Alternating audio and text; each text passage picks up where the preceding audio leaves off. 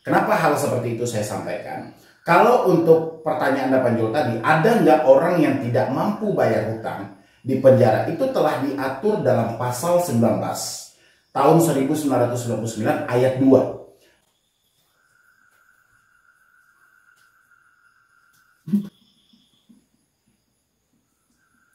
Ngopi, ngobrol pintar, ngobrol pinjol.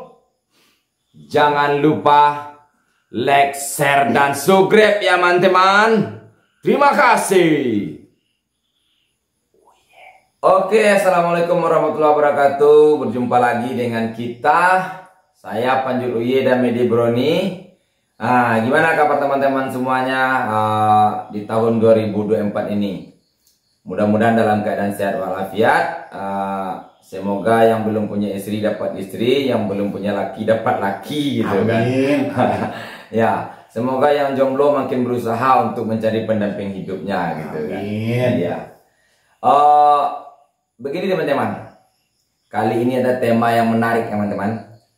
Menarik sekali akan kita bahas bersama Medi Broni. Jadi teman-teman, ada sesuatu yang mau dipertanyakan lagi sama Medi Broni. Apakah itu pertanyaannya? Yuk, jangan lupa like, share, dan subscribe dulu ya. Oke, kita seperti biasa ya, tidak berpanjang-panjang, tidak ngaur sini ngaur situ.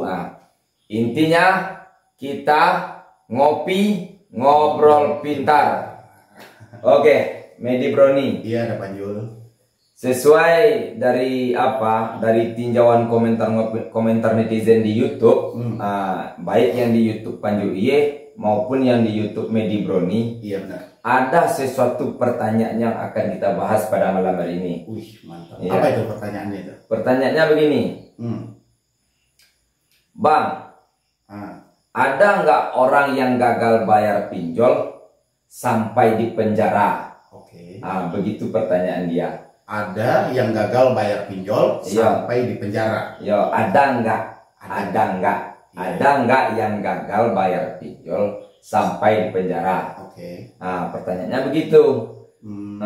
Jadi karena sudah menunggu waktu dan sudah saya pikirkan matang-matang, akhirnya sekarang barulah saya sampaikan pertanyaan ini dan tergantung Medi Broni menjelaskan dan menanggapinya.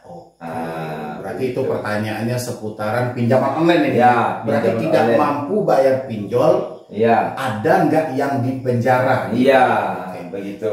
Oke. Jadi menurut Medi Broni ada nggak?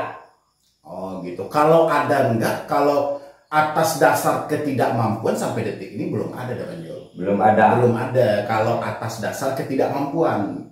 Atas dasar ketidakmampuan. Oke, kita next.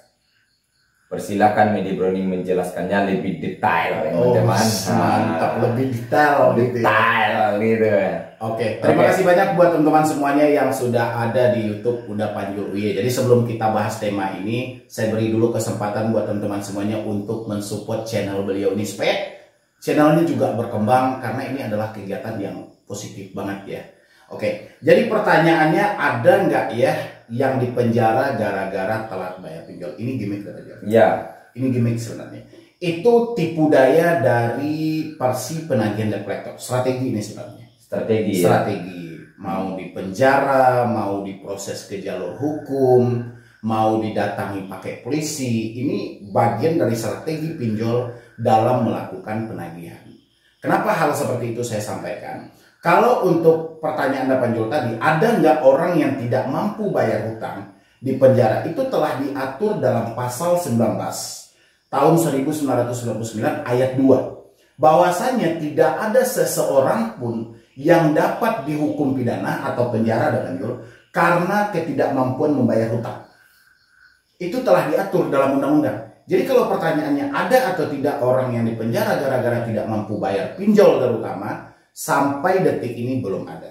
Belum ada ya? Belum ada. Tapi kalau untuk proses ke jalur hukum, mulai dari gugatan sederhana sampai ke wan prestasi, aturannya itu ada, Panjul.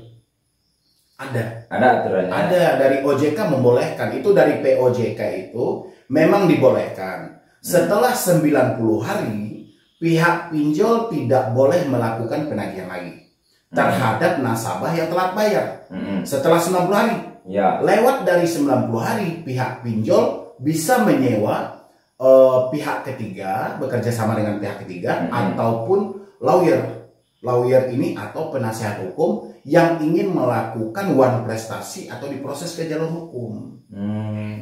Begitu ya. Berarti kalau ditempuh proses kayak gitu tuh, ada nggak yang di penjara? Belum ada.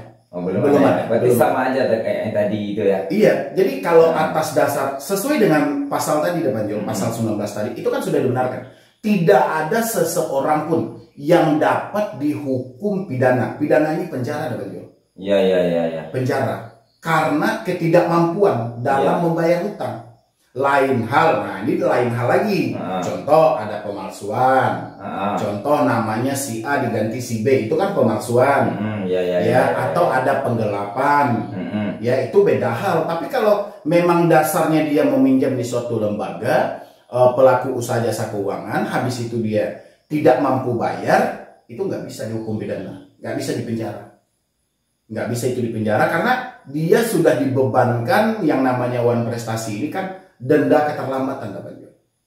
Berarti tidak bisa dipenjara tapi bisa diproses gitu ya. Bisa diproses, bisa. Diproses, Kalau bisa. contoh saya berhutang nih, saya berhutang sama perusahaan ingin melaporkan saya, ya silahkan laporan dia diterima.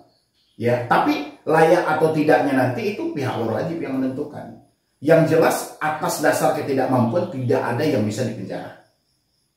Ya. Layak atau tidak layaknya begitu ya Medi. Iya. Tapi yang kalau yang layaknya itu yang bisa dipenjara itu berarti pemalsuan. Berarti pemalsuan data, identitas.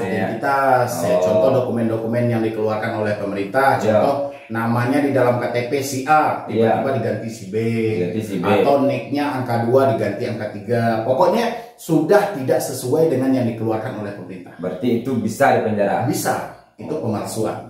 Pemalsuan data namanya ya. Iya betul ya. Begitu ya teman-teman, paham teman-teman sampai di sini kan? Saya pun baru paham teman-teman ya. Mudah-mudahan ya teman-teman tentang utang piutang ini nggak ada yang dipenjara ya teman-teman. Intinya berniat baik aja kita. Kalau kita ada utang, ya kalau bisa bayar silakan bayar. Kalau kita mampu silakan bayar gitu kan. Tapi kalau tidak mampu ada jalur dan cara-cara lainnya. Ada proses dan cara-cara lainnya. Ya begitu Medi. Iya, yang penting ketika kita tidak mampu jangan sampai gali lubang tutup lubang. Jangan sampai kita memikir, wah saya nanti diproses nih ke jalur hukum. Tiba-tiba minjam di sana, minjam di sini, makin parah nanti Panjol. Iya.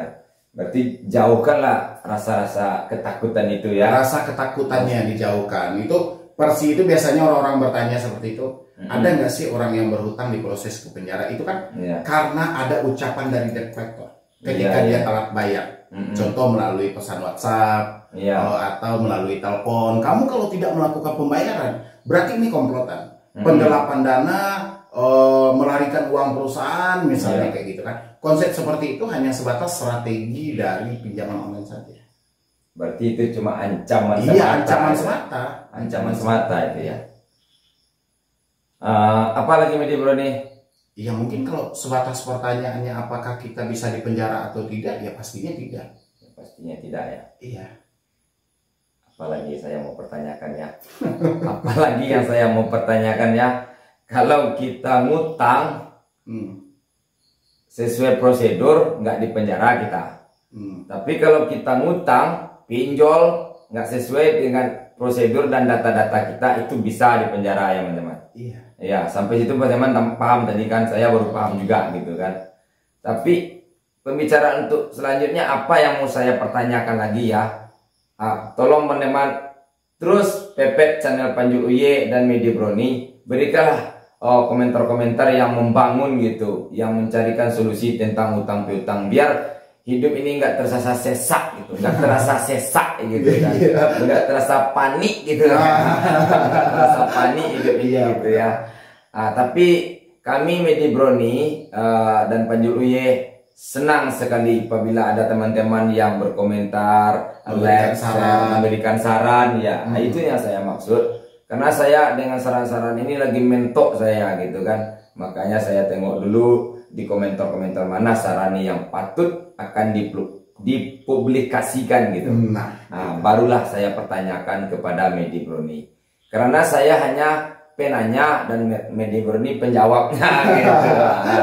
Ya, sang motivatornya Medi Brownie ya. Solusi hutang MB ya, itu nama YouTube-nya.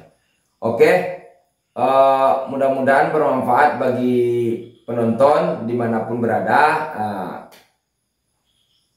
Intinya jangan lupa ngopi, ngobrol pintar. Terima kasih teman-teman yang sudah hadir, yang sudah tap layar, like dan share. Like dan share tap layar itu di TikTok.